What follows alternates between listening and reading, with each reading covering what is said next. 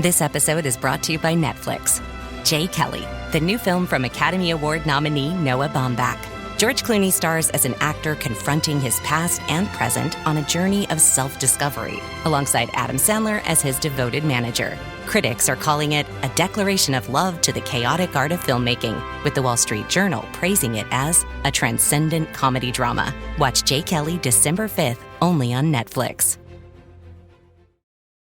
And now, a message from McAfee. Your package couldn't be delivered. You owe thousands in unpaid tolls! You want a free gift? If texts like these sound familiar, McAfee can help. McAfee automatically identifies text and email scams, as well as AI-generated audio, to help you stay safe. If they're faking it, they're not making it past us. Get award-winning scam detection today. McAfee.com/keepitreal.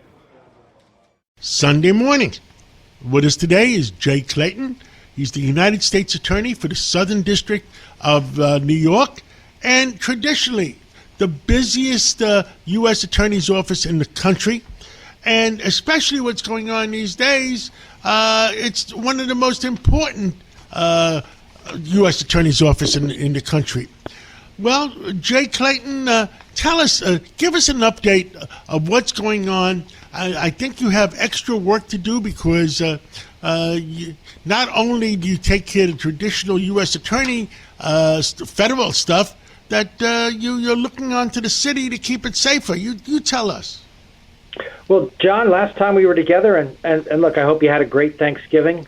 Well, last time we were together, I talked about the operation that we did with the DEA and the New York Police Department in Washington Square Park to end the days of Washington Square Park being an open-air drug den. I'm happy to say that with the New York Police Department's continuing vigilance there, that Washington Square Park is now a park and not a drug den. And we're very happy about that.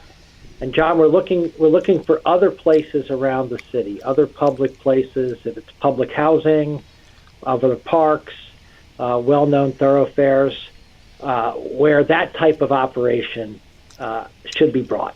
And look, it's as you always emphasize, it's a quality of life matter. You can't have a high quality of life. You can't have safety if you have open-air drug dealing, particularly if it involves fentanyl, cocaine, opioids, other drugs that kill.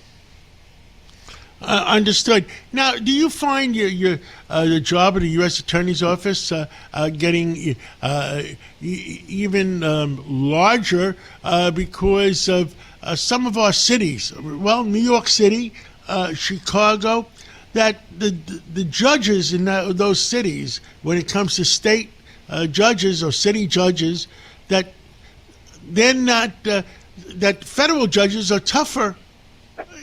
Explain that to the average person listening.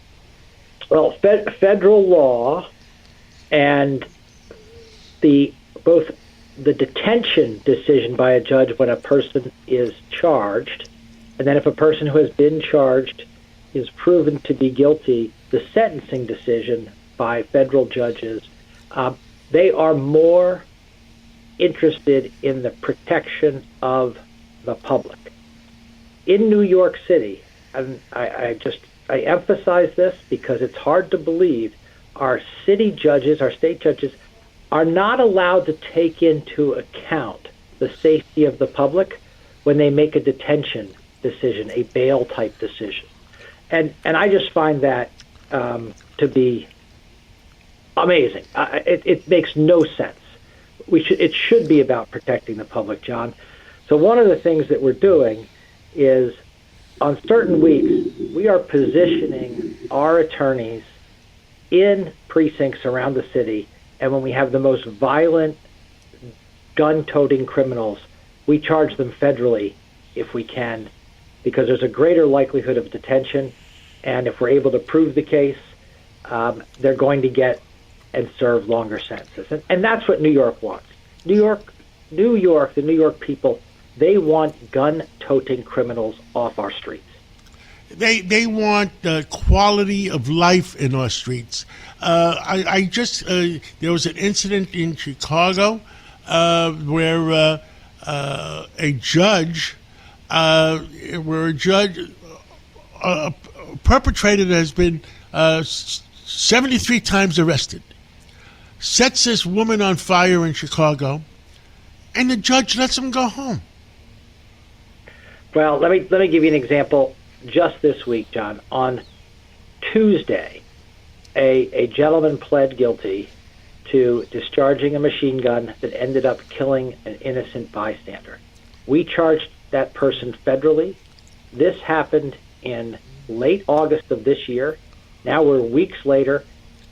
He's already pled guilty, and he faces a 30-year mandatory minimum. If you're going to discharge a machine gun in New York and kill a bystander, you're going to do hard federal time. So right now, the federal government is providing the checks and balances to the city and state government. That's the way I'm viewing things, because the jokes in the newspaper and the jokes on the radio is that, oh, this guy was arrested 73 times, this guy was arrested 93 times. I mean, at what point do you take these people out of the streets? John, those are absurd examples, but there's way too many examples, and it's examples we see not once a year, but every day, where somebody has been charged 15 times, 10 times, 8 times, many cases with violent crimes, and until we get them into the federal system, they're likely to be released or do a very short amount of time. The big item coming through right now, we have a new mayor that's supposed to start on January 1st, and the mayor of the city of New York has great big oversight over the NYPD, and there's been rumors that he has said that the NYPD has an elite unit called the Strategic Task Force, is it? And and that's what's putting down riots and putting down where for instance they were attacking a synagogue, and he wants to disband that unit. And I spoke to Commissioner Bratton, a longtime commissioner in New York, and he's the one that started it, and he's outraged. Well, the New York Police Department is the greatest police department in the world. It's not even close. And what you're talking about are their efforts in preventive policing. Getting ahead of matters, strategically positioning themselves, making sure that problems are stopped before they start. They are so far ahead of the other big city police departments, and it's why we have in New York the lowest murder rate of all the big cities. To get rid of preventive policing would be a huge mistake. And there's a worse thing. So there's got to be some kind of checks and balances on that. And as far as policing, it's going to fall upon the governor of the state, Governor Hochul, to make sure that has oversight over the city government. Now, let me also say something about the police department, and they respect the rights of those who they detain and those who are charged. This preventive policing, it's actually safer for everybody, and we should recognize that. That's just so important. You're not treating people better by pulling back on the police. You actually create more violent scenarios for everyone. Now, that judge, and a judge is a judge, that judge in Chicago that let that person out into the streets of New York that set that other person on fire, is he committing a crime by not exercising the correct judgment or what the law is? The laws, John, I can't pass on that, but what I can tell you is that the laws we have now, including around bail, like I talked about, and how long people are to be sentenced, and the I would say the perspective of a lot of big city prosecutors pleading clear felonies down to misdemeanors and the like, it's a combination of the judges, laws that are very defendant, not public friendly, and positions of prosecutors that are, leaning toward much lighter charging decisions, all combined to put folks back out on the streets. And let me make a point. If somebody's going to get a sentence of 1 year or 2 years for a violent crime, they're very unlikely to cooperate and help the prosecutors and law enforcement find the other participants in the violent crime. If they're facing 10 years, they are likely to help us and get more criminals off the streets. So there are knock-on effects to these very light sentences that are truly problematic for public safety. One additional thing that normal people don't know, that the mayor of the city of New York gets to pick the criminal justices for the courts in New York City. What happens if he picks the same judges same as the Chicago judge that let that person go home, that set the person on fire? I think all New Yorkers should ask themselves, do we want judges who are worried about public safety? And I think New Yorkers do, and I think our officials, including the new mayor, should hear from New Yorkers that we want a focus on public safety, and career violent criminals should not be on our streets. I agree 110%. Whether they're mentally ill, they belong in hospitals, or whether they're habitual criminals that hurt other people, then they belong in prison, not being in the streets of New York. And I think 98% of New Yorkers are going to agree with that view. You can't have kids getting to school safely.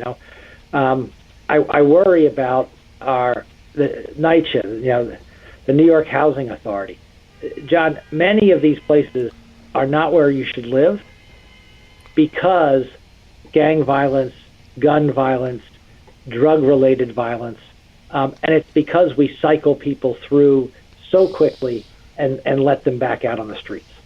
So the U.S. Attorney's Office today, more so than any other years, has a higher responsibility of taking care of the quality of life of New Yorkers, and I see that. Yes, and look, going back to the Housing Authority, just this week, on Tuesday, the last of 70 New York Housing Authority officials were sentenced in connection with a bribery scheme. You can't have good public housing if you have 70 officials taking bribes. You just can't have it. And that's another place where the federal government is stepping in, and we're trying to stamp out corruption in the Housing Authority. Now, the other thing I understand with NYCHA, with the New York City Housing Authority, is half the people don't pay rent. Well, look, they have it's a $13 billion a year budget organization. Something like 1 in 18 New Yorkers live in NYCHA housing. We've got to do a better job of operating that housing.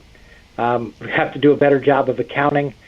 At the federal government, at the oversight level, we are going to do what we can to both get rid of corruption, try to get rid of crime, but also see that $13 billion is better spent.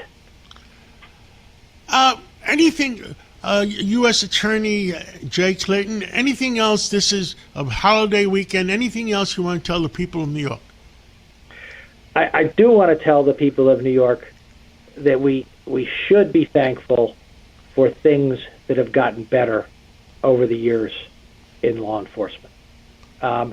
New York is 4 times safer from a violent crime perspective than it was 50 years ago, but we need to be vigilant. We need to be thankful, but we need to be vigilant. We do not want to go back to where things were in 1975. U.S. Attorney Jay Clayton, have a great rest of the weekend, and thank you so much for coming on and telling the people of New York that better days are coming. Thank you, John. Thank you.